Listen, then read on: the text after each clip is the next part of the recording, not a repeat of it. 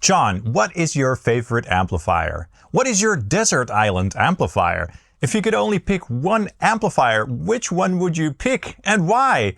As you guys can imagine, I get asked those questions all the time. And to be honest, those are very hard questions to answer for me because I love tube amplifiers, obviously, but I love them all, so it's really hard to pick one single favorite. And that's why I asked some fellow content creators and friends what their desert island amplifier would be and why. And a lot of guys and girls sent in their videos, so this video is going to be a lot of fun, especially if you're into guitar amplifiers, trust me. So they sent in their videos to let us know what their favorite amp is and why, so they talk about that, and a lot of them also do a little bit of playing so that you can hear their dream amp in action, which is really nice. So this video is all about them. So massive thanks to all the other creators who sent in their videos. I really appreciate you guys. And of course, if you like their segment in this video, absolutely go and subscribe to their channels. They all do an amazing job. And like us, they all love tube amplifiers.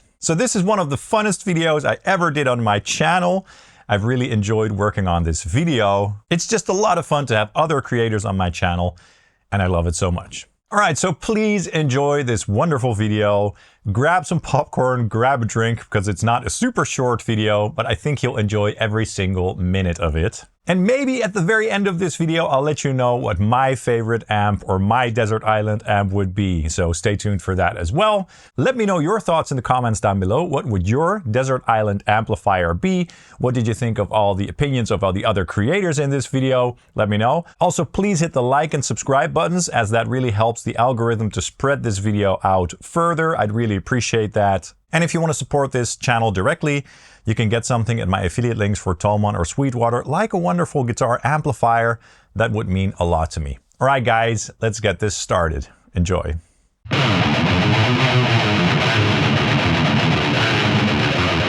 What is up, you wonderful people? Look at you sitting there all handsome and shit. How's it going? It's nice to see you on someone else's channel for a change.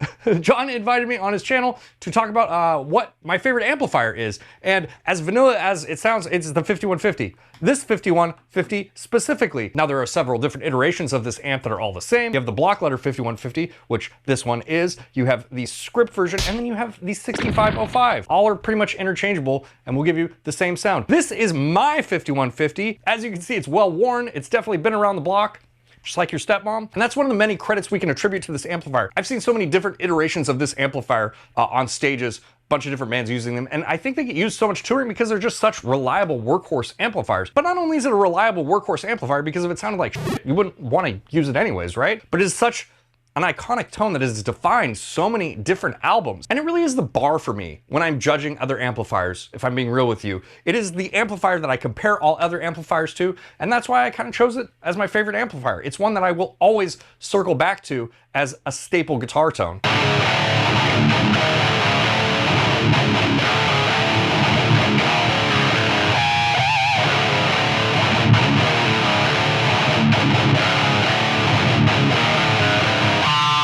But it doesn't end there. A lot of people think about the 5150 as a really stock guitar tone, but I'm here to tell you, nay. If you go to the green channel, it immediately stops hissing as much. And maybe let's put this on 5 and make sure the crunch and the bright switch is engaged. You get a really dry sort of, let me just show you.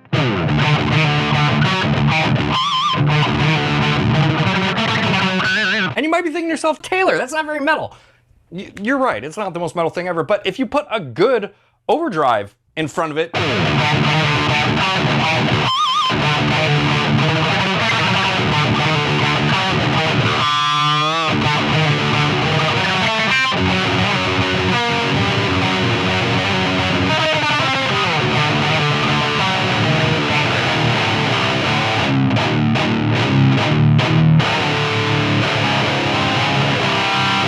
it's just an all-around really great amplifier. I mean, I think Eddie Van Halen knew what he was doing and what he was looking for when this amplifier was created.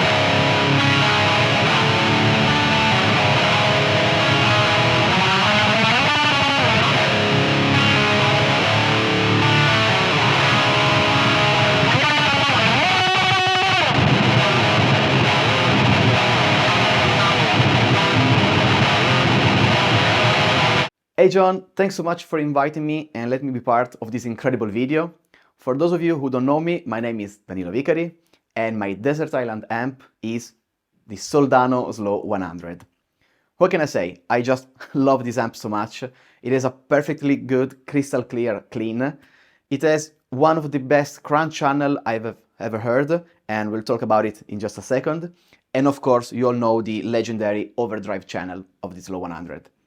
But like I said, if I have to live with this amp for the rest of my life on a desert island, I will choose the crunch channel and boost it with a pedal in front. Because in my opinion, I don't know what it is about it, but the crunch channel boosted sounds just perfect for me. I am so sorry if I sound a little bit in a rush, I don't want to be rude, but I have a flight to catch in 3 hours. But before leaving, I really wanted to make this video for John. So yeah, this is my Desert Island amp, and let me show you how it sounds.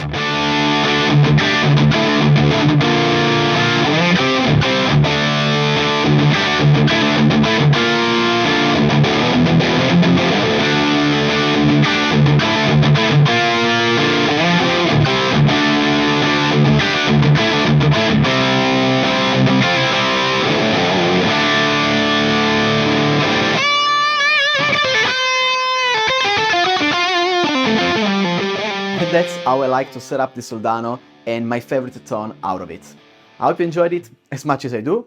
Again, thanks so much to John for having me, and I'll catch you in the next one. Ciao! Okay, here's a scenario. I'm stuck on an island. Somehow I figured out to get power.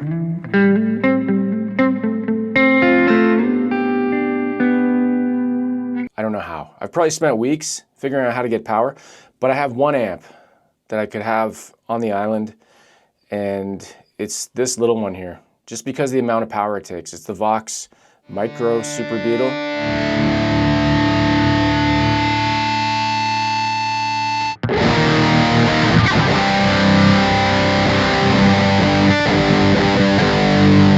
And why this one? Because it sounds good enough, and you can take the little head off and walk around with the head, so you don't have to drag it around the island when you're trying to search for food and actually do things to stay alive.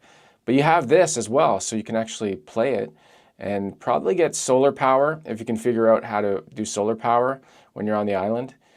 This is all a bunch of what ifs, right? Like, what if I didn't cut my leg off in the crash, or how am I on the island? I'm just thinking of Castaway and Send Help, you know, those types of movies. Is my priority going to be an amp at that point? Yes. So it would be this one. So that's what I would pick. Why? Don't you go and see for yourself? Hi everyone, it's James here from the Studio Rats. Sorry, no Paul this time. He's somewhere else. John has asked me to pick one of my favourite amps of all time, which was quite difficult, but then all of a sudden it really wasn't difficult. It's this baby. This is a Matchless Independence 35. 35 watt. It's Matchless's version of the Ultimate Marshall, I think. 3 channels, foot switchable. This is the amp that 99% of the people who come to the studio want to play through. I've got some lovely other amps, some classics, some modern stuff, but this one comes out on every session. The clean channel is just super clean. It's lovely. There's nothing really to mess around with it. You turn it up and it just goes. The 2 higher gain channels, if you like, sound amazing. It's kind of Marshall-y, but it's like Marshall done to absolute perfection. I love this thing. This particular amp used to belong to Massive Attack. There was 2 of these on their rig. I'm pretty convinced that they only ever used channel 1, because when I got the foot switch, it was still wrapped up and bundled like new. It's a fabulous amp. The only problem is it weighs more than a small moon, but it doesn't matter because it kind of lives here under this stack of other things. It's just a great sounding amp. It delivers every single time. It's loud. It's deafeningly loud if you really try hard enough. It's also so ridiculously heavy, something like 85 kilograms for the Tuba 12. It's just phenomenal. I'm not going to play it because I'm not the guitar player of this organisation, yet somehow I have this amp collection. Yeah, hope that was useful. And back to whoever's next. My Desert Island amp is definitely that 1971 Marshall Super Lead. It was in great condition when I got it, but Dave Friedman went through it, made some minor tweaks to get it back to that holy grail plexi spec. This is how I run it.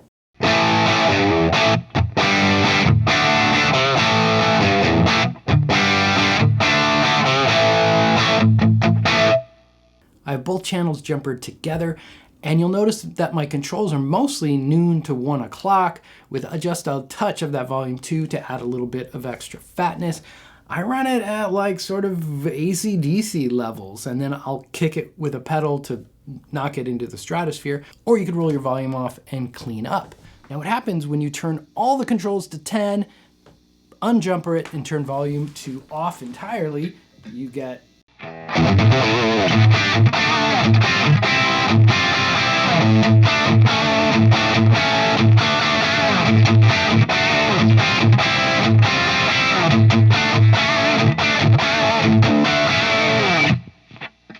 back the controls down, back the treble and the volumes down, and you get a great big warm, almost Fendery tone. Now, one of the things Dave did is take out the bright cap. If you have that bright cap still in, this would have been a horrible quacky sound, but removing the bright cap lets you get these nice big fat cleanish tones.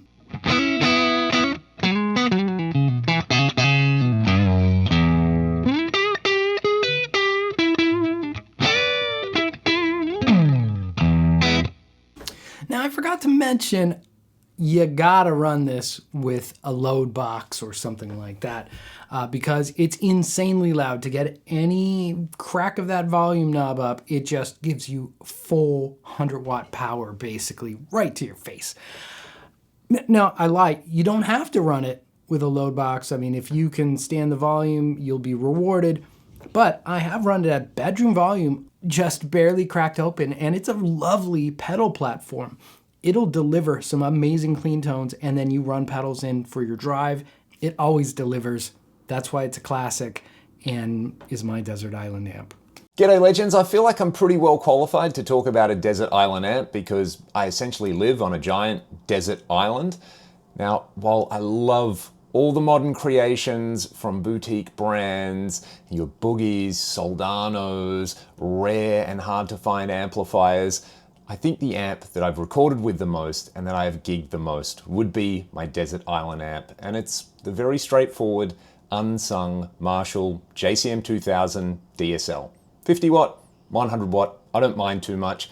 That ultra lead channel, gain really low, deep switch in, not a lot of bass, presence on 0, absolutely amazing. That was my go-to sound for a long time, and I recently felt very vindicated by this choice when I saw a bunch of Gary Moore's gear being auctioned, including his old DSL, where he had the presence on 0, and I think that is the hack for that amp. Ignore the mid-shift, everybody glows up that green channel. I think that one's great as a clean or a pedal platform, but just that high gain channel, mode 1, Desert Island amp, I'm pretty happy. Hi there, my name is PerfectoDeCastro, and Sonic Drive Studios just asked me what my Desert Island amp would be. I wish I was on a desert island. Instead, I'm here on rainy and damp UK. But my amp of choice would be my Friedman Jose. Yes, it has all the British flavors that I would ever need in my playing, from plexi clean to all sorts of hot-rodded British tones. Yeah, and if I were to live with just one amp for the rest of my life, that would be it. And okay.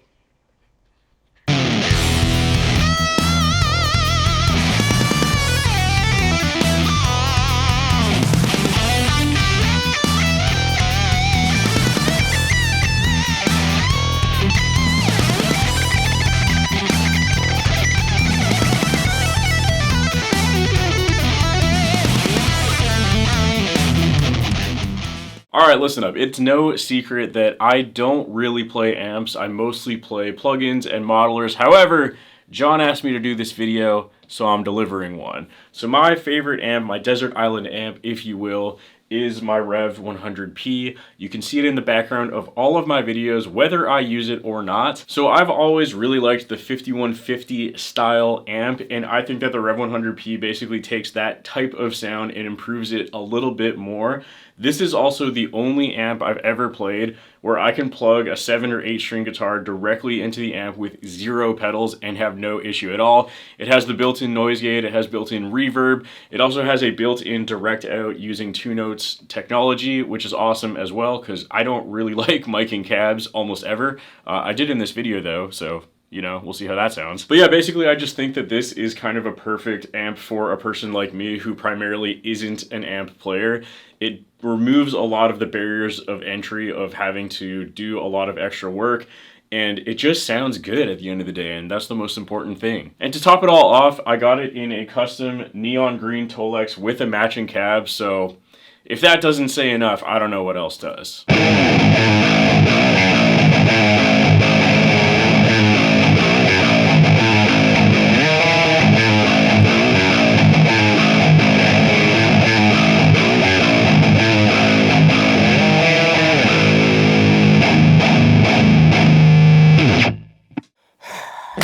So, when John over at Sonic Drive Studios hit me up and asked me what my desert island amplifier would be if I had to choose just one, my first thought was, one amp?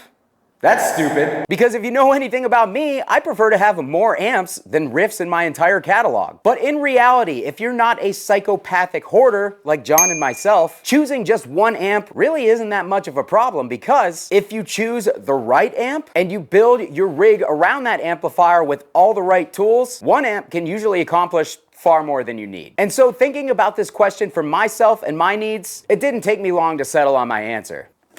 I'm sure many of you are shocked to see that my one amplifier is a 5150. And the exact 5150 that I chose is the 100 watt EVH 5153 6L6 Stealth. And much like every sentence that comes out of my mouth, the title of this amplifier has far too many words in it. Now, there are a number of reasons that I chose the EVH 5153 100 watt 6L6 Stealth. And the very first reason is because it's a 5150. Pretty much every hardcore, metal, punk rock tone in the last 30 years that I have come to know and love has some sort of 5150 variant involved in it. It truly has become the sound of heavier underground music, and that's what I like. The second reason that I chose this amplifier is because the EVH versions of the 5150 have a lot more versatility than the PV version. We've got 3 separate channels, 3 separate volumes, 3 separate EQs for each channel. We've also got 3 separate presence and resonance controls, so you can really fine-tune each channel to your needs depending on what you're using it for. And the reason that I settled on the Stealth version of this is because I'm not a loser idiot who needs cleans. And even though this has a green channel, which is typically a clean channel on an EVH, it's really not a clean channel at all. It can actually get pretty grimy and pretty gainy, and I've already used that channel to create some really cool, interesting tones that you wouldn't get out of a clean channel of another amplifier. The amp also has my favorite bit of the EVH series, which is the blue channel. The blue channel on pretty much every one of these amplifiers is my go-to. Hit it with the right boost, it just comes alive. It's a little bit more open and mid-forward than the PV variants of the 5150, but you also get that traditional, super saturated, super compressed 5150 type of voicing in channel 3. And so if I'm gonna have one single amplifier, I'm gonna want different options for different styles of gain for the different styles of shitty music that I'm gonna be playing. But on top of that, I'm gonna cheat a little bit. I made sure to pick an amplifier that had a good effects loop on it, because if I ever do feel the need to use something else, I can just sneak a little preamp pedal or something like a quad or a nano cortex into the effects return of this amplifier. I can use the resonance and presence controls to shape the overall sound of the power amp, and I can open up the versatility of this amp way more. And when it comes to only choosing a single amplifier, that is always something that I have in mind for myself. So even though I think being forced to choose one amplifier is fucking stupid, if I had to do it, this would be my choice, and I know I would be happy. Goodbye! Hello, I'm Andy. You might know me as the Guitar Geek, and thank you, John, for inviting me to this video and making my life hell for a few days, because I thought this was an easy question, but it isn't. My initial answer was the Fender Deluxe Reverb, because it's my go-to amp. Then I kind of decided on the PV Classic 20, which is back there, but I've landed finally on this, the Sheriff 25 from Victory, and the reason being, I'm pretty happy with a fairly cleanish channel and a really crunchy channel. And this amp does both of those things really nicely. It is a very British martially sound, and if I play some clean, it sounds like this. So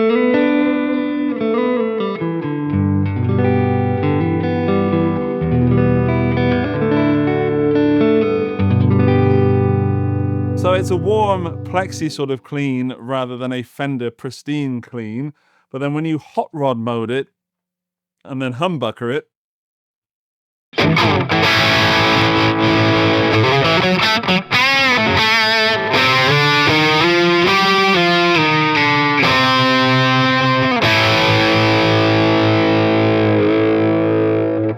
so it does that hot rodded sound just beautifully.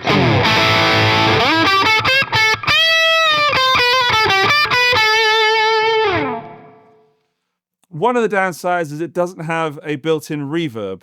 And any amp that doesn't have a built-in reverb needs to have an effects loop. This does have an effects loop, and I've got the Walrus Audio R1 for some ambiance. And the Sheriff 25 is just simply a simple amp.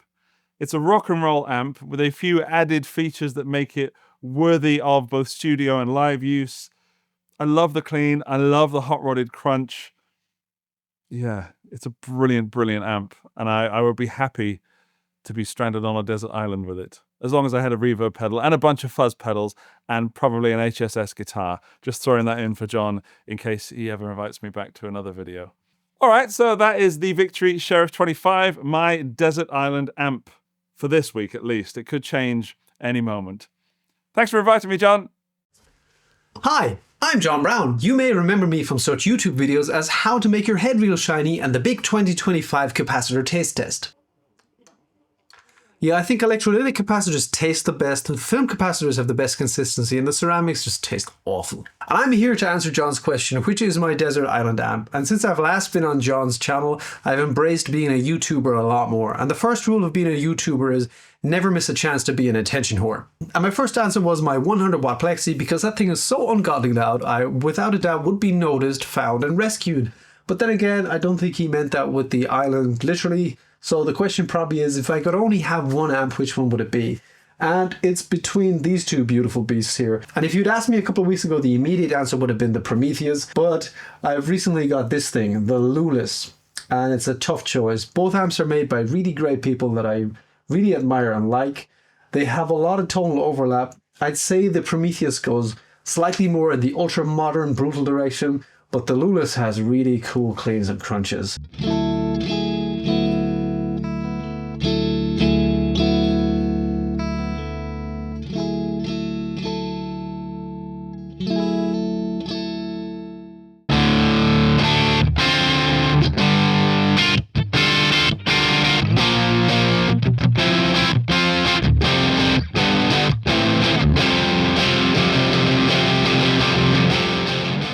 It's a tough choice, and the question in and of itself is a cruel and unusual punishment, but for now, and that might be the honeymoon phase, I'd have to go with the Lulis.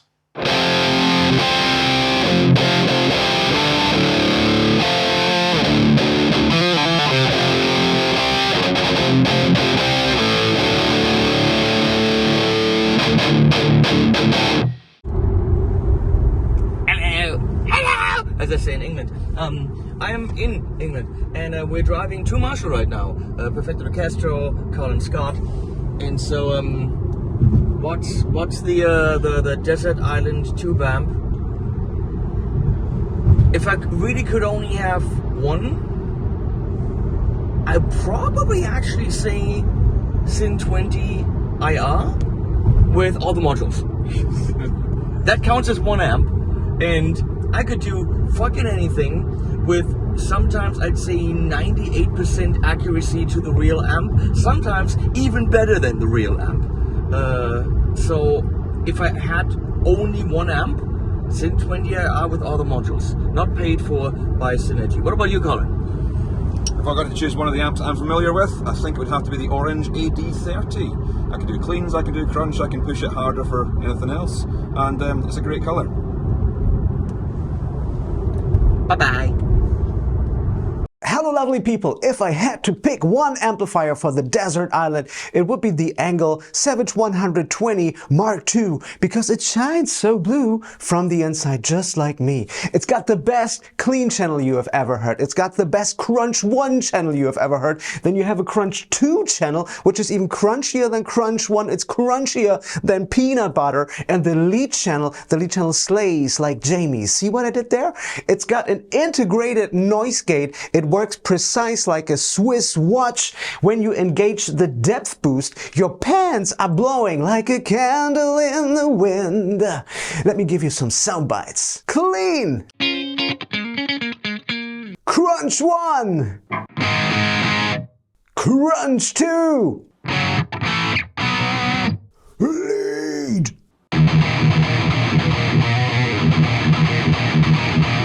And there you have it, my desert island amplifier, the Savage 120 by Angle, paired with a V30 speaker, and you're golden. John Simmons is the best. I love this guy. Bye!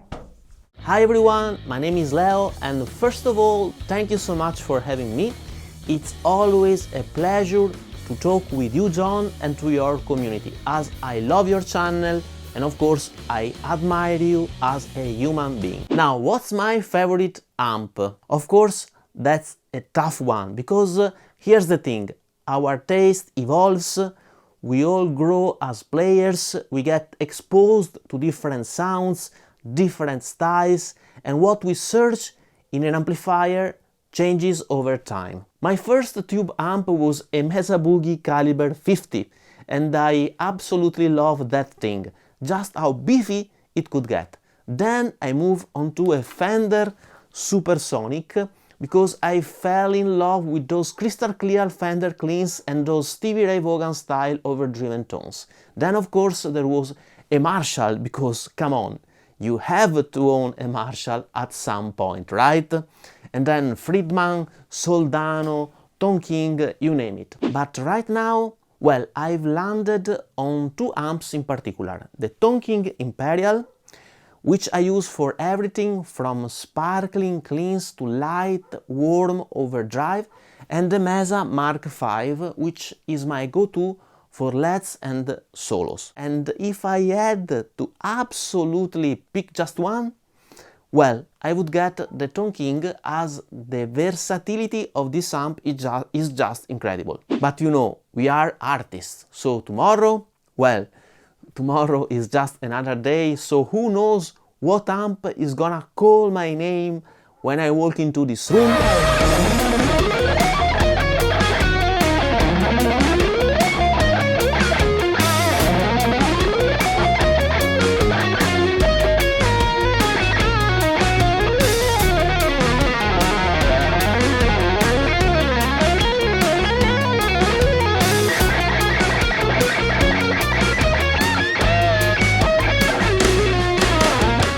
Hi there, I am BerndKiltz, and my desert island amp is the Soldano SLO30. I both like it for its amazing clean sound,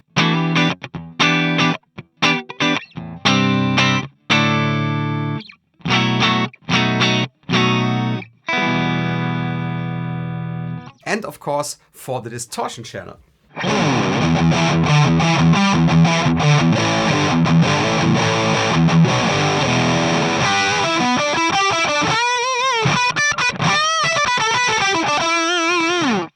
Most of the time though, I also use a boost in front of it, and I'm not using a tube screamer, I am using a J-Rocket Rockaway Archer to boost it.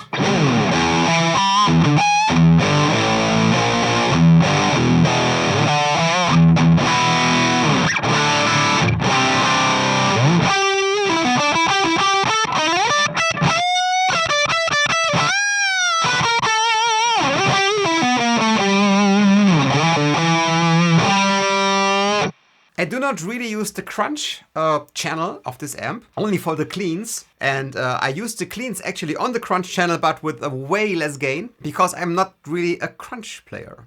I like it really clean and I like it really gainy. So why do I like it? I really like the sparkling clean it has. It's like a Fender style clean. And I like the saturated, juicy distortion sound, especially with the boost. So this would be my Desert Island amp. Thank you for listening. I'm BaritoneGoatStudio. Hey there, I'm Dan, the self-proclaimed lonely rocker with my Desert Island amplifier. Now, assuming there's a 4x12 on that island and some way to record, I decided to go with the Evo Amps TM50. This is one of the more unique pieces in my collection. Now, this is a 50-watt, all-tube, hand-wired, dual-channel amplifier, and it sounds something like this.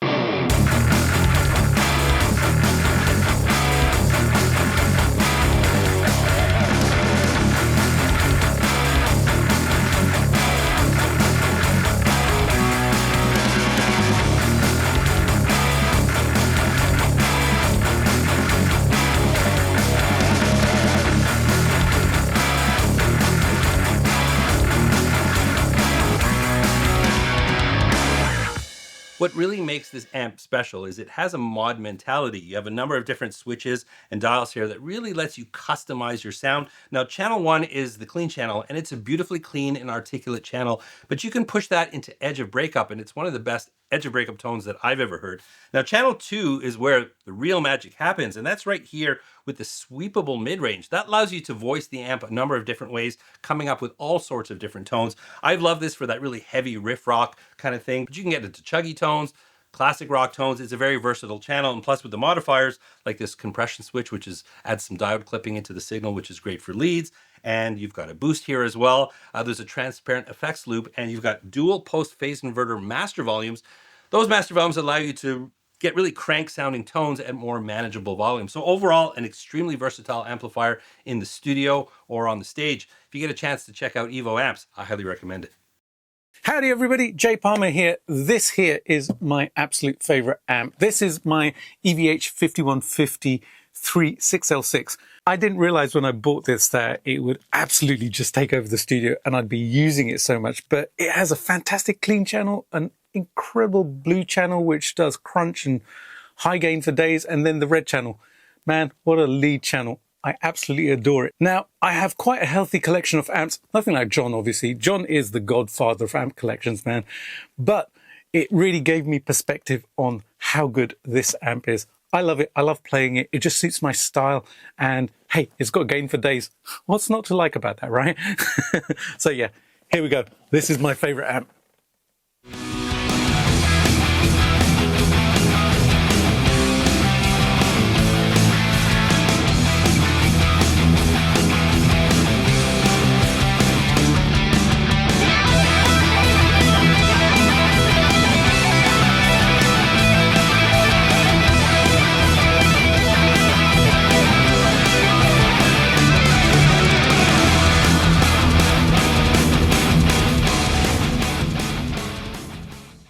Hey everybody, my name is Jason. John posed an interesting question, and man, this is a fun one. This is a fun one. So assuming I have my pedal board of choice and my favorite jazz master, because that's what I do over on Play Jason, is mainly jazz masters and weird pedals, so I need those for this hypothetical, then I would say that my amp of choice, my Desert Island amp, would be my matchless Nighthawk 15 combo.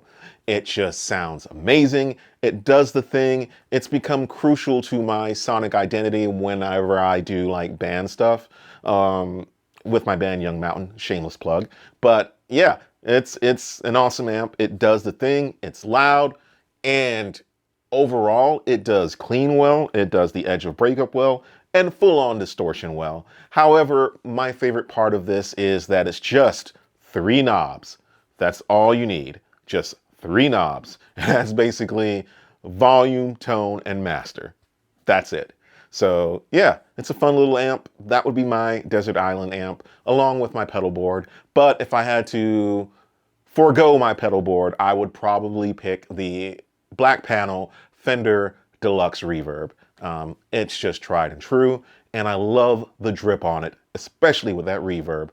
The drip is reverb, if you don't know. But yeah, those are my thoughts. So let me know what you think. God, I feel like I'm hosting my own show. But yeah, that's it. That's all I got.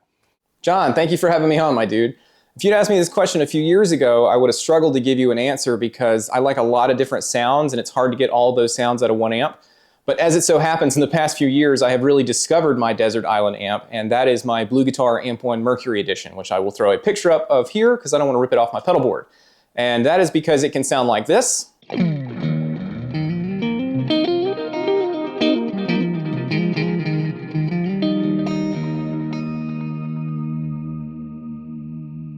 But also this.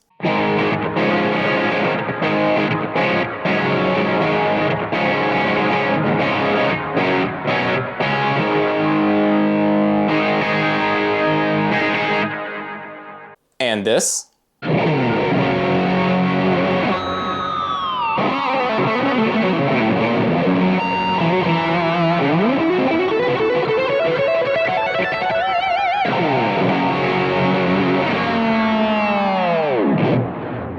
And even this for all you metal heathens.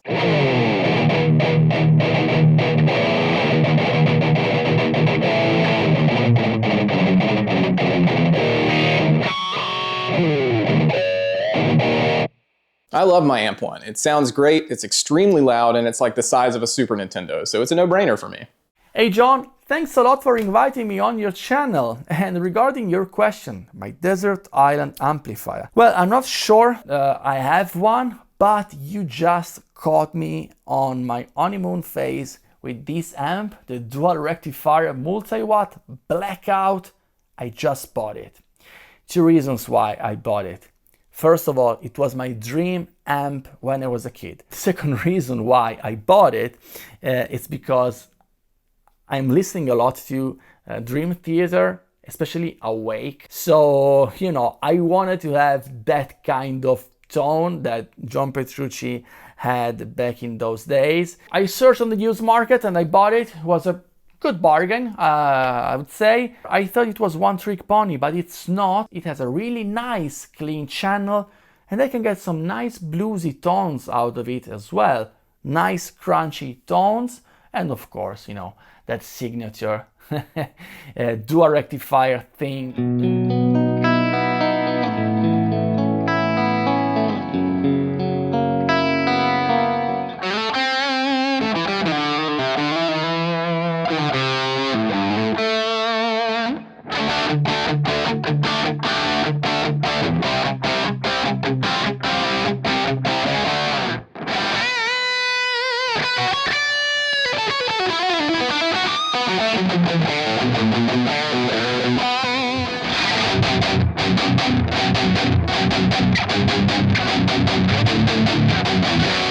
So I think it's a kind of a misunderstood amp, and it can be a Desert Island amp. And come on, it looks just amazing. And that's a big, you know, a big thing as well for me. So anyway, thanks a lot again for the invitation and see you soon, buddy. Ciao, ciao. Hey John, Mendel here. So my Desert Island amp, basically my favorite tube amp. In my case, it's a tube amp. Even though I'm a Mesa lover, Mesa Mark V, Road King 2, old dual rectifiers. This baby right here has been my workhorse for the past 3 to 4 years. So the EV8 Stealth 5153 EL34 100 watts. The thing I love about this amp is you have to do your best to make this amp sound bad if the presence is around 2 or 3 o'clock. I mean, you plug in, most of the time doesn't need a boost pedal. Like even now I'm plugged straight in. It sounds good.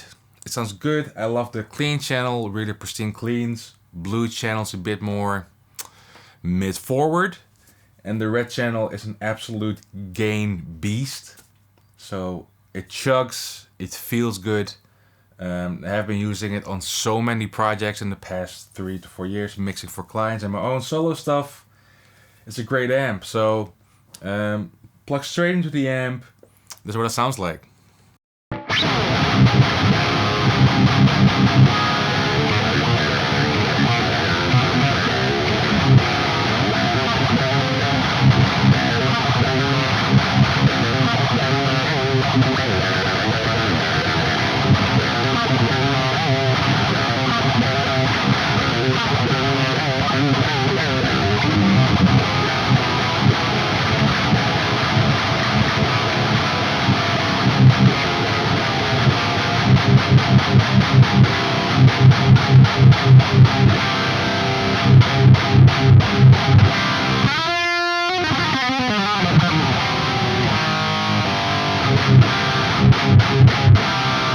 So there you have it, yeah.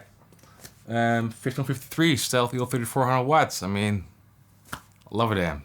Yeah. Back to you, John. Hello, John. Thanks for thinking of me, my friend. So hopefully we'll see you in Mannheim later this year at the Guitar Summit. I know we had a lot of fun last year. So when I saw your message about picking one amp, a Holy Grail amp, like you, I have a vast amp collection. I'm a huge tube amp fan. So at first I was like, oh no, I love so many for different reasons. And then I started thinking about it, and I knew it had to be a 100-watt amp. For me, the amp is the Friedman BE100 Deluxe, and I'll play you a couple examples. So on the clean channel, it's just, I need something that's chimey, that still has some character to it.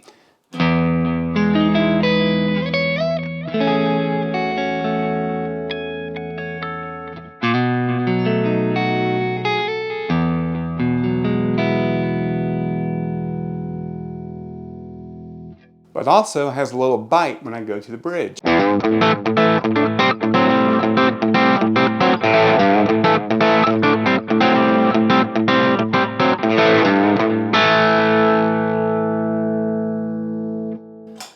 Then I need the next channel, you know, to have what I call the sound of rock and roll.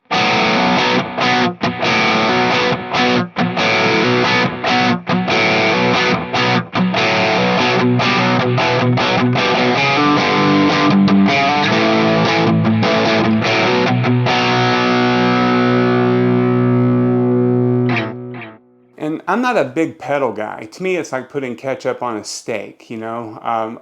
Pedals for me are used sparingly, just something to enhance a tone that's already great. So last but not least, on the Friedman BE100, you have the HBE channel, which of course is the heavier channel.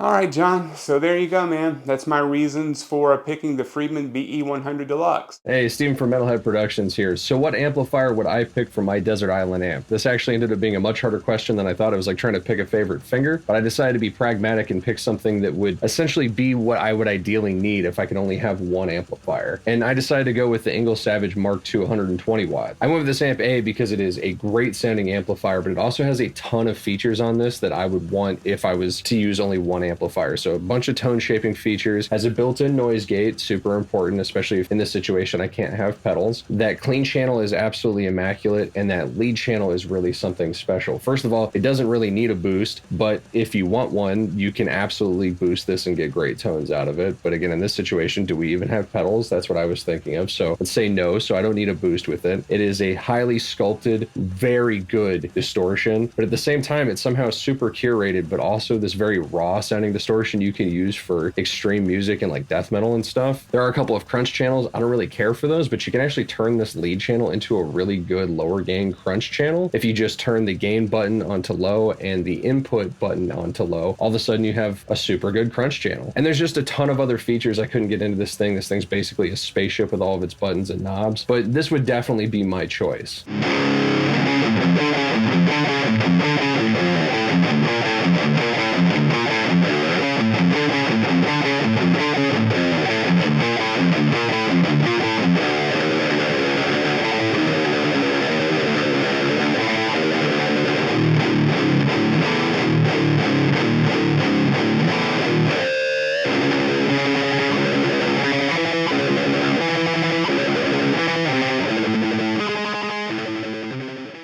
Hi guys, so thanks to John for inviting me on this, what I guess is a Desert Island valve amp.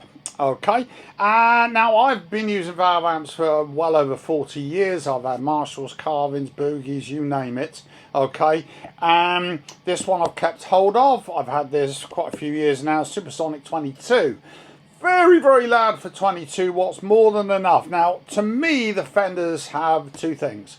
One, the best clean channel, and 2, the best pedal platform. I'm sure there's others out there now which are maybe even better, I don't know, but in my experience that's what I've found. Okay, but there's obviously some problems with it. One is the reverb channel is disgustingly dirty and noisy, so I have to use an external one, which is fine. Okay, but because it's got such a great pedal platform, it's okay. The other thing is it has a really, really good dirty channel. I mainly use pedals with it, but I just go through a couple of the sounds. So nice clean sound.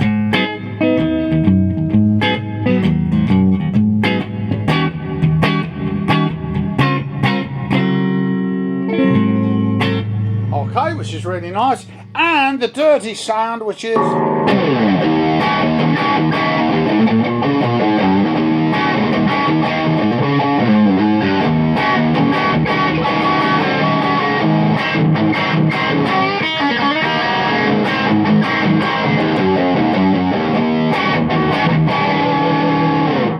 And that's really good. I mean, it's only picking it up off the mic, but really good. So that would be my Desert Island one. But as long as I can take a couple of pedals with me. Is that all right? Cheers, guys. So what is my Desert Island amp? If I could only pick one, which one would it be? You know, I get asked that question more than any other question on my channel. And right now, I'd have to say my Desert Island amp would be the Bogner Uber Ultra. That amplifier is absolutely incredible. There's so many amazing tones I can get out of it. The gain structure is perfect. It's exactly what I would want out of an amplifier.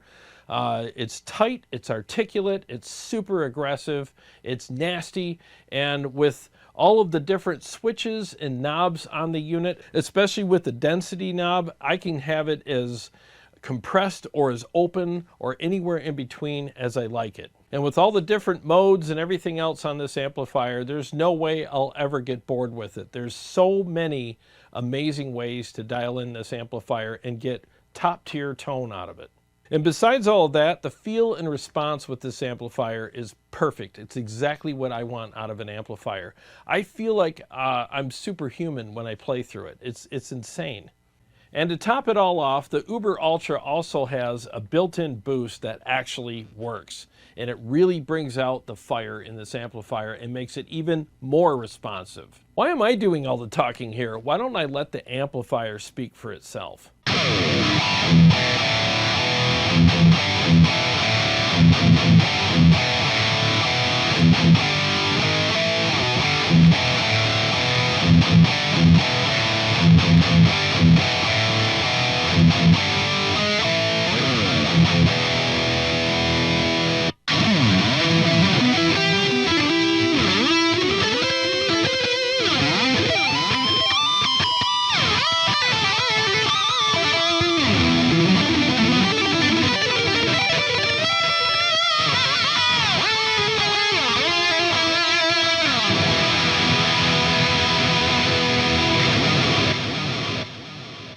You know, I couldn't have said that better myself.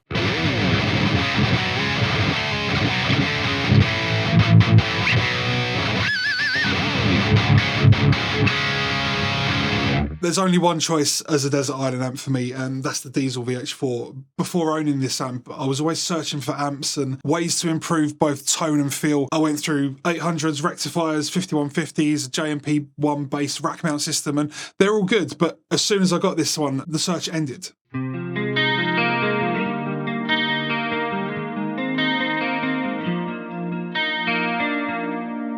It can cover any ground. It has my favourite clean channel from any high gain head that I've ever tried before. Obviously, channel 3 is iconic, but people underestimate channel 2, especially with like a Boss SD1 in front of it. Channel 4 is perfect for soaring leads.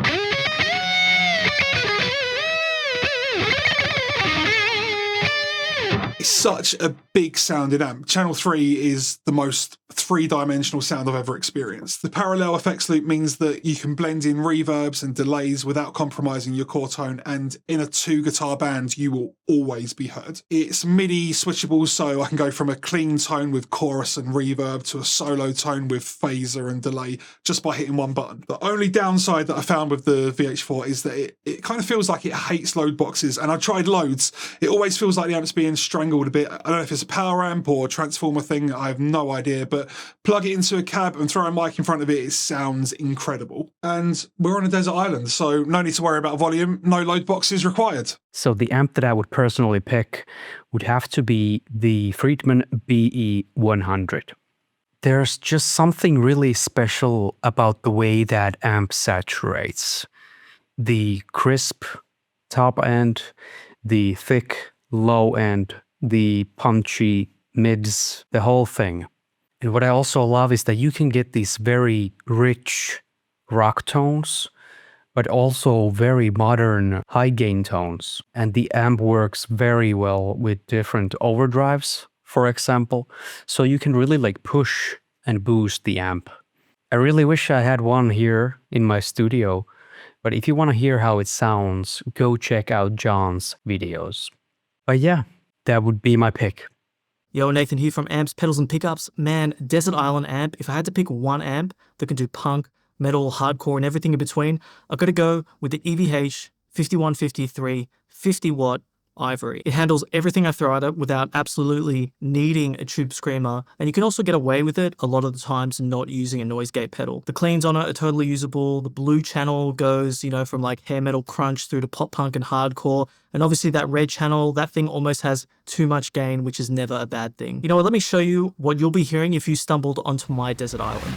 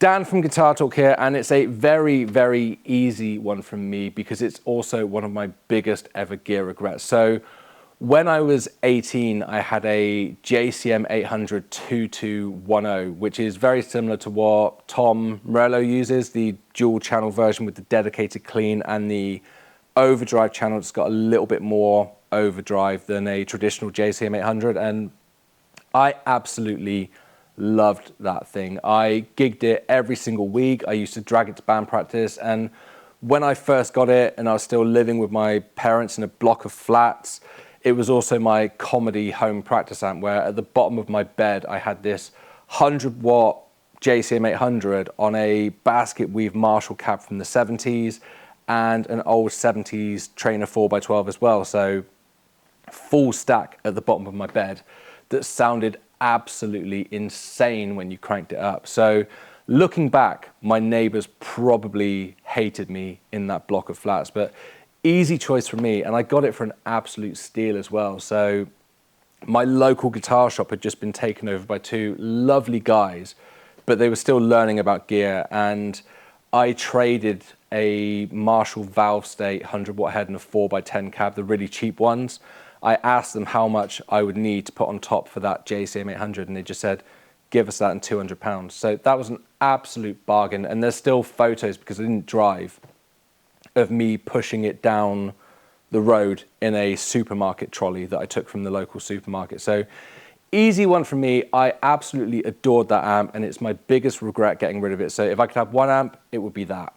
Hey, this is Brian from BaritoneGoat, and I want to say thank you to John for allowing me to pop in here and give my opinion on what would be my ultimate desert island amplifier. Now, the concept of desert island gear is something that I've chimed in on a few times, and out of all the amps that I've owned or played or even had the opportunity to even look upon, I'll have to say that there's one that always will stand out and will always be in my garage here that'll never leave, and it is the EVH5150 Stealth, particularly the 50 watt model. It just does everything that I want, and it does it really well. I've had rectifiers, Ingles, I have a 6505, I have had access to things like Oranges, Victory Krakens, the Marshall DSLs.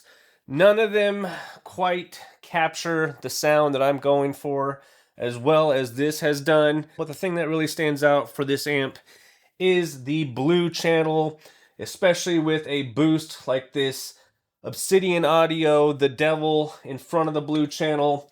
It is just chef's kiss of tone that I particularly like to go for. Not to mention, the red channel is the classic EVH 5150 high gain, just balls to the wall tone. And the reason this is my Desert Island amp is for this tone right here.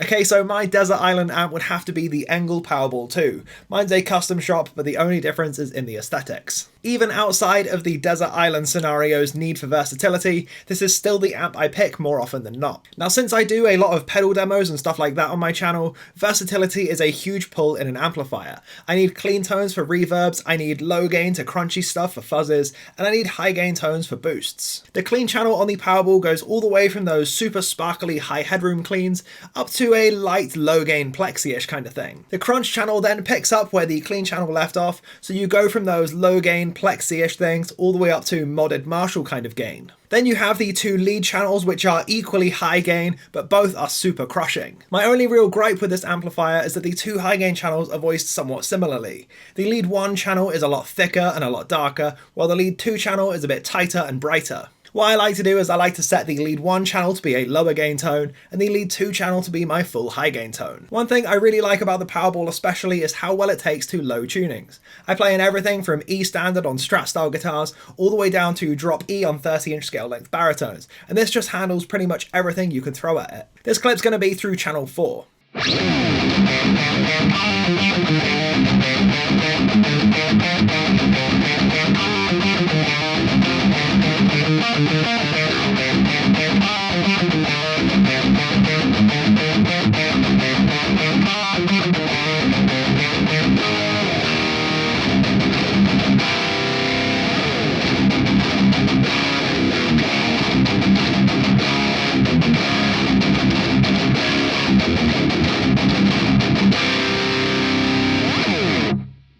Hey everybody, what's up? Jeremy here from Dougies and Demos.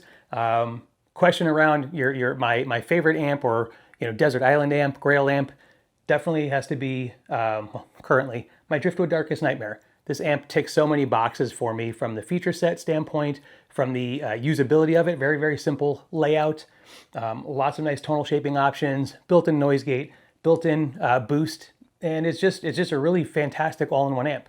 This one happens to be 6L6 loaded. I know a lot of guys like it with 6L6s and KT88s. I just went straight 6L6 because Merrick said that's how he designed the amp around, right? Around those tubes. But yeah, it's, again, every time I plug it in, every time I play through it, I'm happy. Smile on my face, whether it's in the studio or live. So that's the one, Darkest Nightmare from Driftwood.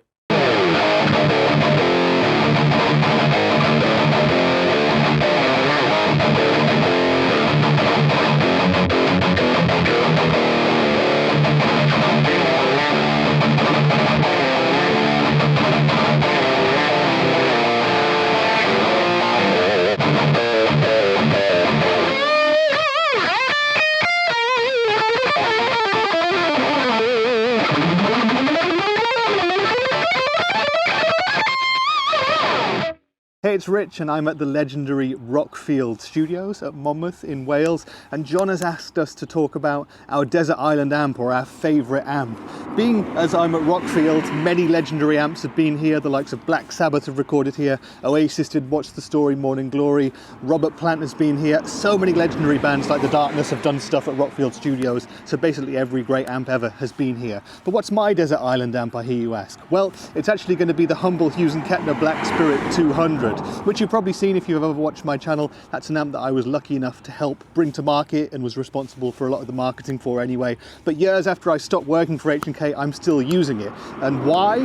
Well, because it's a wonderful amp that can do basically everything you would ever need as a guitar player. It's got 4 great channels, it's got a wonderful clean, a great crunch channel, a really decent lead channel, and an ultra high gain channel as well. It's got built-in reverb, it's got built-in delay, chorus, phaser, flanger and tremolo, so loads of great effects. It's got a really decent red box DI out, so on the Desert Island I can go straight into whatever recording device I've got there.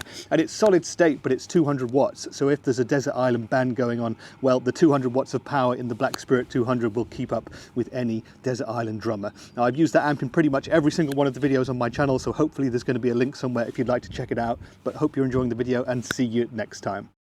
My Desert Island amplifier, tube or solid state. Well, since I am neither a tube nor a solid state snob, let's do both. After careful consideration, after John was kind enough to invite me to participate in this video, I put a lot of thought into this. Desert Island tube amplifier, no question, Marshall 2203 JCM 800. Reason why is because not only is it a legendary and kick-ass sounding amplifier, but I would also, that's the one that I would want with me for its overall versatility. Now, this is probably the point where several of you are raising your eyebrows and looking at me like I got 3 heads all of a sudden. What are you talking about? JCM 800 is not a versatile amp. It's a one-trick pony. But you know what? You're not wrong. It does, for the most part, it does one thing, and then the range of that one thing isn't even all that wide. But that one thing that it does is absolutely awesome and can be used for just about anything. Certainly anything that I would need to do with it. You know, think about it. No other amplifier has defined an era like the JCM 800 did throughout the 80s and in the 90s, really.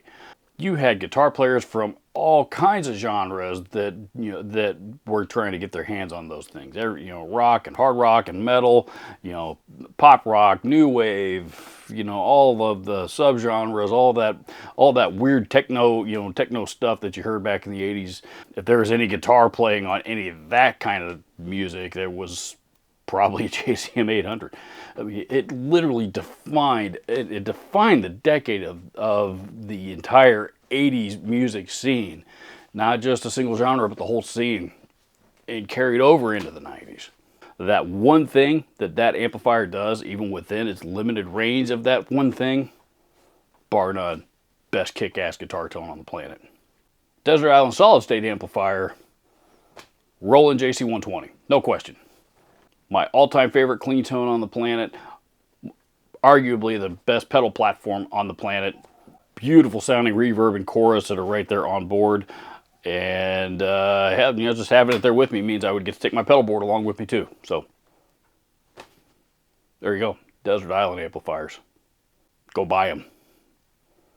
Better yet, go buy them for me, because I don't own either of those. This is my Mesa Boogie Mark 7. And today, John from Sonic Drive Studios has asked me to share a little bit about why this is my Desert Island amp. So let's get into it real quick. Now, I have owned or spent significant amounts of time with the Mark IV, the Mark V 90 watt, the Mark V 35 watt, and a pair of Mesa Studio preamps. They all had sweet spots where they really sounded great, but they were really fiddly to get just right. But once they were just right, they sounded amazing. This thing, its sweet spot is basically everywhere. It's the first Mark I've ever plugged into that literally just sounds amazing kind of no matter where the knobs are set. You can kind of throw all those old, this is how you dial in a Mark rules out the window for this amp. 3 channels, 3 modes for each channel, Each mode has its own unique identity, flavor, structure, the way it compresses, the amount of gain, the way it delivers the gain, all that good stuff. It's all there, and you have 3 different modes for each channel. The clean channel is big, bold, it's got lots of headroom, tons of clarity. It can be really chimey, or it can be gained up a little bit for that nice edge of breakup sound. You have your crunch mode, which can get great classic rock sounds, blues, you name it. It can get all kinds of stuff like that, and it reacts really well to a boost as well. And then on channel 3, you've got the secret weapon, Mark II B mode, which I've done a dedicated video on that, as well as a video showing how Mark II B mode in the 20 watt power setting can really do a great job of getting a nice saggy brown type sound, where I did a comparison of this between the Friedman Plex, which is an absolutely amazing amp, and this amp. It really did kind of hold its own. So not only can it do all of that, it's also got the legendary 2C mode. It's got Mark IV mode if you really want just tons of gain. So the amp can basically do everything. And as someone who plays in the 90s and 2000s rock cover band, I need an amp that can do literally as anything that I ask of it. And this amp, it does all that. The utility side of the amp, it can run without a cabinet. It has an impulse response loader, so you can select an individual impulse response for each channel, or you can just have it global. It has MIDI control. Like, amazing sounds aside, the sheer utility that this offers, especially for the live gigging musician, it's in a class of its own pretty much. Now, I know not everybody is racing to go spend basically $4,000 on a guitar amp, but when you consider the amount of sounds and the features that this amp brings to the table, plus what I believe to be is an exceptional build quality as well, it starts to make the purchase a little bit more palpable. So the Mark VII is my desert island amp, and if your boy fell on hard times, this 100% would be the last amp to leave this studio. Sorry, Mufasa. Hello, hope all is well. Paul here, and well, if I had to pick only one tube amp, it would have to be my VHT Deliverance 60. So I'm a big fan of drier style gain and typically single channel amps, and this really hit the mark. So it's a very simple single channel amp. We've got 2 gains on here. The first gain is sort of the voicing of the amp, so it can go from like crisp to a thicker style gain. And then gain 2 is actually the amount of overdrive, or I guess saturation to some extent, that you'll be adding to that.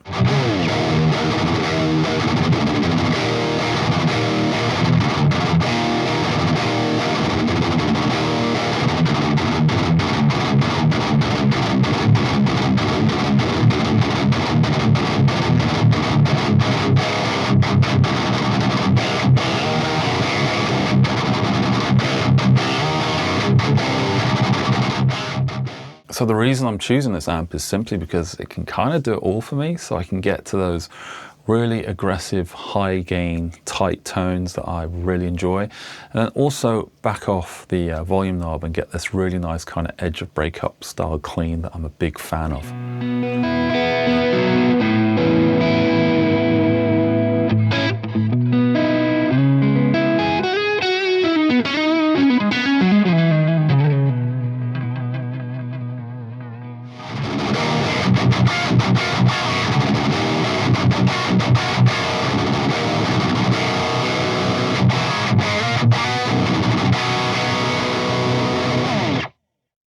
Hey guys, this is Tony from Tony's Guitar Hangout, and John asked me what amp I would use on a desert island. And in assumption that there is power, I would probably take the Rev Generator 740 MK2, which I own for a few years now. And I would take it there because it's so freaking versatile. It has great clean tones.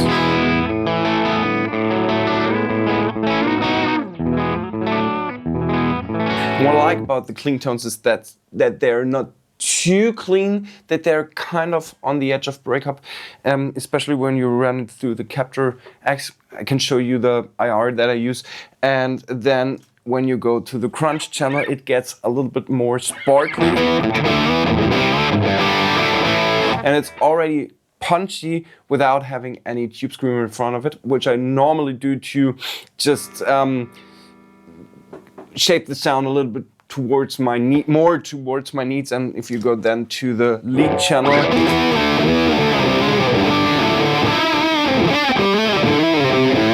you have a foundation for great leads for solo tones, and that's why I like this amp so much, because there's so much versatility in the sounds of the amp.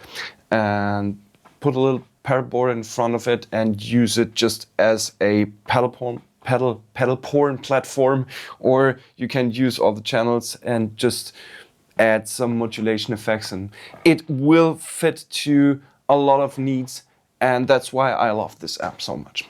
John, what is going on? So the question was, if you could only have one amplifier, one desert island amp to rule them all, what would it be? And for me, hands down, it would be the Mesa Boogie Badlander 50-watt head. That bad boy right there.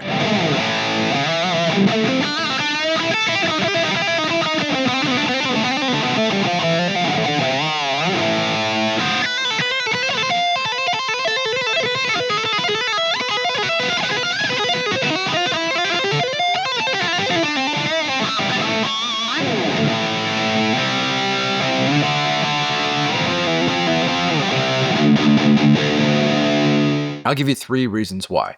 Number 1, this amp has a very even balanced gain structure across the frequency spectrum, so there's really no weird high harsh frequencies or weird resonance poking out that you have to deal with in post. It just sounds good when you turn this amp on. Number 2, you can run this amplifier cabless, which is great for someone like me because I can customize the tone however I want. It comes preloaded with 8 different IRs. They're all varying flavors and they all sound pretty good. But better yet, you can load your own IR so you can completely customize the tone of this amp. And number 3, you can't overdo it with the overdrive and the distortion on this amplifier. I dimed the gain on this thing and it still wasn't too much. It's never over the top to the point that you kind of feel like you have to back it down. It just sounds good no matter what.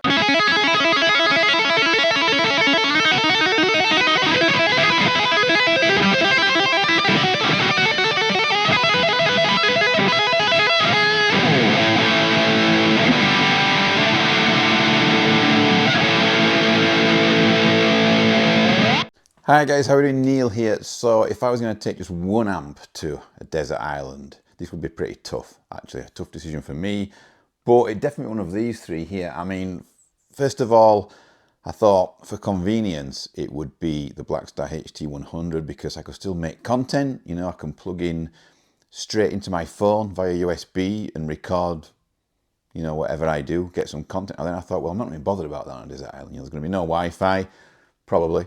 So then I thought, well, what about the Marshall JVM410? Because that would be my first choice for the studio because it records so well and I really love that amp in the studio. But then I thought, if I'm on a desert island, I'm going to have absolutely no neighbours whatsoever. All I'm going to be bothered about is cranking it up and just getting that massive, powerful, scorching high gain tone. And for that reason, in the end, I picked the EVH EL34S 100 watt amp because no matter what amps I try, whenever I plug this amp in, it always blows me away and I always think, wow, I forgot how good this amp is every single time I plug it in. So for this reason, it would be the EVH EL34S.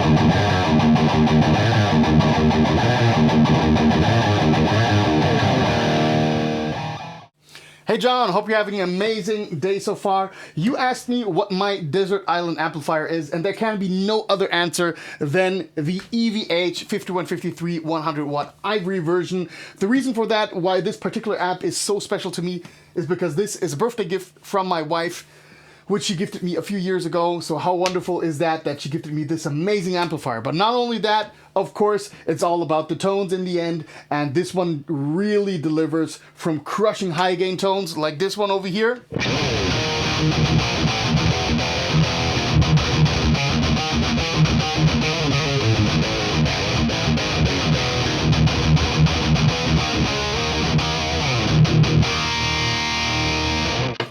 Over to nice, saturated hard rock tones.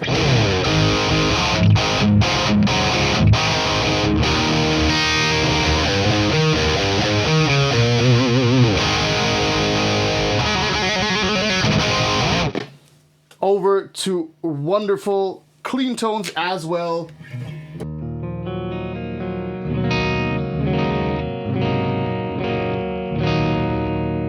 It covers it all, really. And it also amazingly well takes pedals over here, especially on the clean channel with some delay and chorus.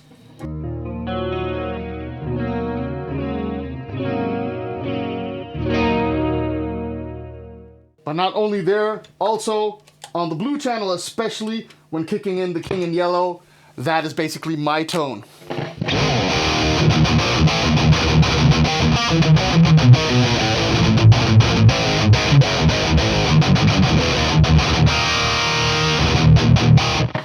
So all in all, a true desert island amplifier. Hello everyone, Kagan Marks here. If I have to choose a single amp to take with me on a desert island, that amp would have to be an amp that could cover the broad spectrum of music that I enjoy.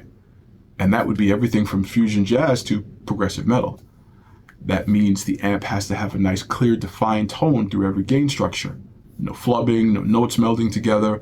Now, there are a few amps that can do that pretty well. I thought I was settled on an amp until I remember a few months ago I was at NAMM checking out the new Blue Guitar Amp X, and that thing impressed me so much.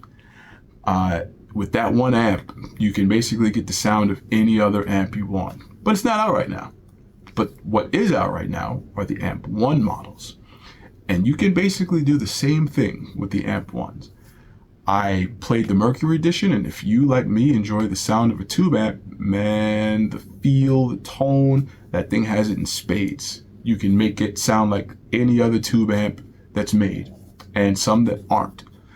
But like I said, I need something with a clear, defined tone through every gain structure, and the Amp 1 Iridium edition knocked it out the park. More so than any other amp I've tried, and I've had the privilege of trying a few, but I just keep coming back to this amp because nothing else has that clarity, that definition. It sounds phenomenal with everything, even just playing it by yourself, right? So if I have to choose one amp as my desert island amp, it would have to be the Blue Guitar Amp 1 Iridium edition.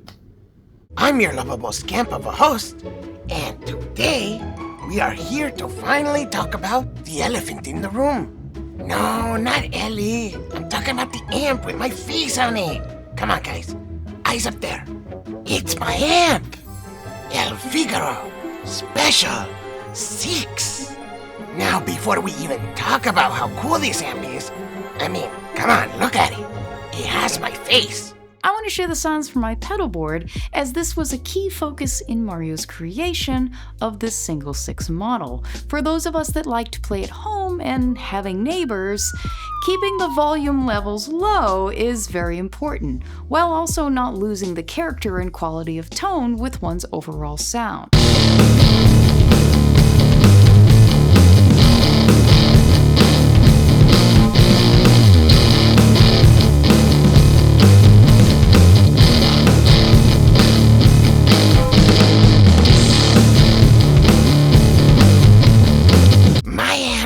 So good. I agree, Figaro. I actually want to share where I exist within those ranges and why. Most of the time on the mild side, I'm between 3 and 4, though sometimes I'll drop down to 2 for some sweet cleans and run through heavy reverb while retaining harmonic articulation. To my ear, it chimes in a very pleasing way, which is perfect for dream pop and ethereal textures. This then leads to how I use the wilder side of the mood. If I've got distortion and overdrive or fuzz active, and I really want those effects to really bloom, I'll walk on the wild side between 7 and 8 for a heart attack. That's where it gets really tight and the mids come forward, and everything sounds very rare. If I had to choose a single amplifier, it's probably going to be my Rev Generator 120 Revision B.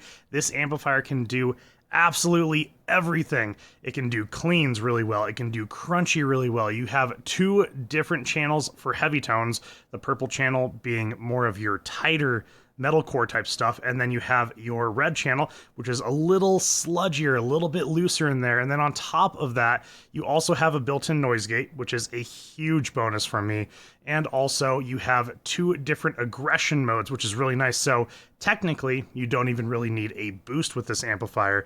And then also on top of that, and this isn't even everything, you do have a built-in reverb. But the Rev amplifiers just have this really, really nice mid-range, just this really chunky mid-range that I have really grown to love, especially ever since trying out my first Rev amplifier.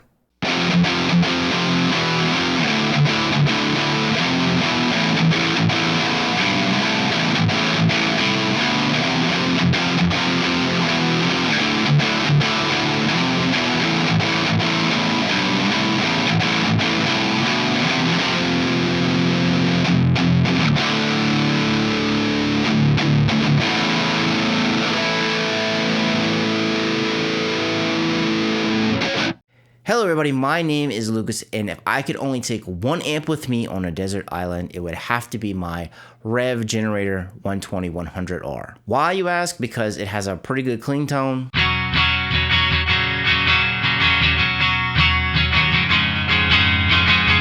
It has a really awesome crunch tone.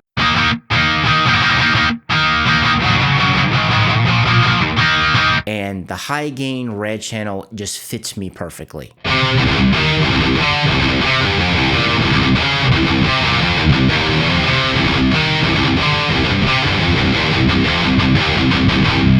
Also put some different aggressions on each channel, which kind of gives it a little bit different flavor. It has a built-in 2 notes capture load box in it, so you can cook it right to your interface. It also has different IRs on it that you can change on the fly. It also has a built-in gate. It also has a built-in reverb, and it even has a Bluetooth connectivity that lets you control some of the options for the 2 notes capture. So as you can see, it does a ton of things really well, and it also lets you drop it from 120 to 10 watts if you want to do some silent jamming through a cab in your bedroom. So if I'm taking 1 amp on a desert island, it's gonna be my Rev 100R because it does everything perfectly. And I also want to give a shout out to John for including me in this video. Hello, my name is Toby. I'm from the A to Z Studios YouTube channel. My favourite amp, my desert island amp, if you like, is this boy here, which is the Marshall 1959 HW, heavily modified by Dan Gower.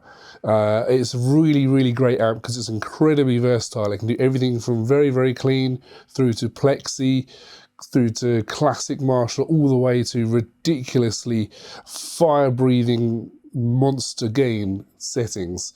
The controls on here allow me to craft the sound of the gain and the structure of the gain, and also there's loads of controls for controlling the and sculpting the tone, so you can get basically any British sound out of this, and also any ridiculous high gain metal tone out of it as well. It will do any subgenre, any genre, any sound, and it's just incredibly versatile, and I love it so much.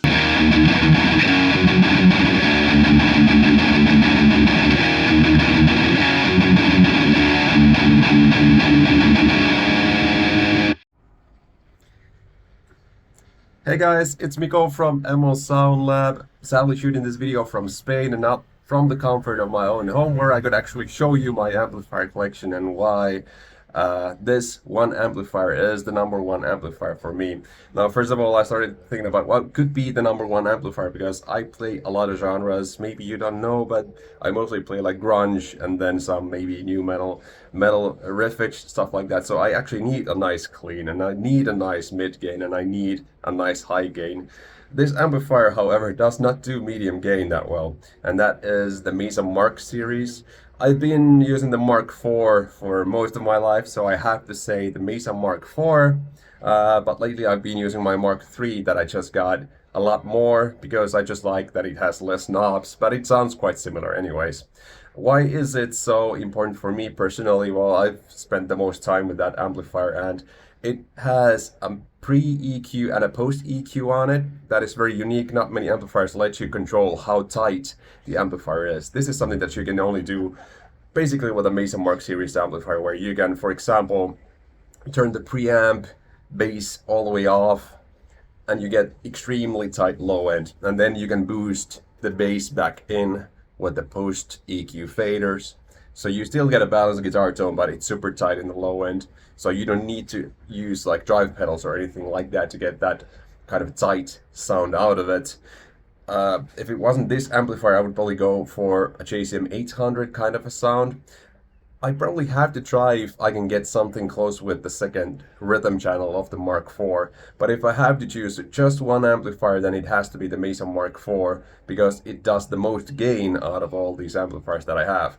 So that's it. Mesa Mark IV, the kinds of tones you can get out of that is, by the way, one of the best clean channels out of any amplifier. I mean, the Mesa Mark series is based on a Fender after all, and it has the best high gain tone as well. So not many amplifiers have both of those going at the same time. Medium gain, I need to give it a try, I suppose. I just have so many amazing amplifiers that are super good and easy for medium gain. So let's see, maybe I'll try to get the Mark IV to sound like a Marshall someday.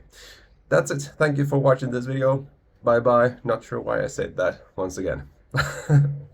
Hey guys, my name is Ian. John so graciously invited me to be a part of this conversation of our favorite tube amp, right? Our favorite one amp, which is a very hard conversation to have for me personally because, man, I love amps, I love gear, I love guitars, I love pedals, but we're not talking about those today. So, I had to choose one amp. It's tough, but I'm going to think about versatility like I'm sure a lot of people are going to be talking about in this video. When I talk about versatility, I'm going to be thinking more, though, about musical versatility and not so much how many channels an amp has or how many modes those channels have, or if I can swap tubes with a flick of a switch, or if they have DI or IR input or output, I should say, or attenuation or any of those things. While I love that stuff, and I'm such a fan of where technology is going with musicality in the amp world, I am kind of old school, and my choice is pretty old school, but I think it's pretty legendary in the same time. And I'm sure other people will have the same amp in their list, but like I said, when I'm thinking about versatility in an amp, I'm thinking about musical versatility, and I honestly can't think of an amp that is more musically versatile and something that I would be proud to represent by myself than the Soldano SLO. Hi everyone, this is Gerd from Gerd's Peanut Corner, and my desert island amp would be the Engel Fireball 100, because this amp is basically fulfilling all my needs which I'm looking for in a modern high-gain amplifier. It has the right amount of power with the 100 watts out of 4 6L6 power amp tubes. It has more gain than you will ever need in your entire life, and it has this gnarly grind and a distortion. It has the right amount of bass, middle and treble, and you can always increase or decrease these equalizations. And with the additional bottom and mid boost switch functions, you're basically set for every situation.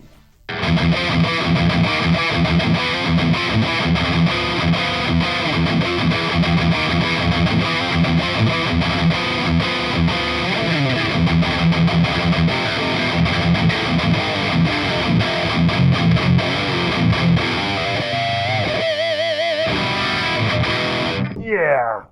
Wow, that was awesome. I really enjoyed watching all those other content creators and friends talk about what their favorite amp is or what their desert island amp is. That was so cool. Some really surprising amps in there. Not a lot of duplicates aside from those EVHs and stuff, but I was expecting more duplicates, to be honest. So yeah, that was great. Again, massive thanks to all the other creators who sent in their videos. You guys are the best. Thank you so much. And again, guys, check out their channels and subscribe. I put links in the comments down below so that you can easily go to all of their channels to subscribe. I'll talk about my desert island pick in a minute, but first, if you want to support this channel, please drop a comment, press the like and subscribe buttons, and get something in my affiliate links for Tallman or Sweetwater, or get something in my web store, as that really helps the channel and it helps to keep the lights on. Thank you so much. Before I leave you, let's talk about what my desert island amp would be, shall we? So I think my Red 7 Leviathan is my desert island pick because it was custom built for me with the custom Joker Tolex, and that amplifier just means a lot to me. So I think that that would be the one. Wait, it doesn't have a dedicated clean channel. Only has 2 channels, but I love it so much. Okay, no, let's go for my Engel Special Edition Founders Edition. Oh man, it's probably the best Engel ever made. It has 5 channels, clean, crunch, high gain. It's just so good, and I love the Engel sound. So that's my Desert Island pick. Oh, but it's a bit large. You know what? Let's go for the Zuta GBG120. I love that amplifier so much. It's a bit more compact. It's a rack amplifier, 4 channels, a lot of switches and modes. It can do anything. I love that amplifier so much. So that's going to be my Desert Island pick. That's my favorite. Wait, the Lichtlarm Audio Prometheus has the preamp Defeat, and it's also very versatile, and that was also custom built for me. So let's go with the Lichtlarm Audio Prometheus for my Desert Island amplifier. Yeah, that's great. I love that amp so much. Oh, my Rev Generator 120 Mark III Revision B. Let's go with that one for my Desert Island because it was also custom built for me. It's pink, has 4 amazing sounding channels, has a built-in noise gate, reverb. It's such a good amplifier. I love it so much. Shall we go with that one? Oh, the Synergy Syn20IR. Oh man, it's so compact. It's only 20 watts, but you can put all those modules in. It's such a good amplifier. Let's go with that. It's really handy for a Desert Island, actually, just as Henning said in the video. Let's go with that. Oh, you know what? Let's go for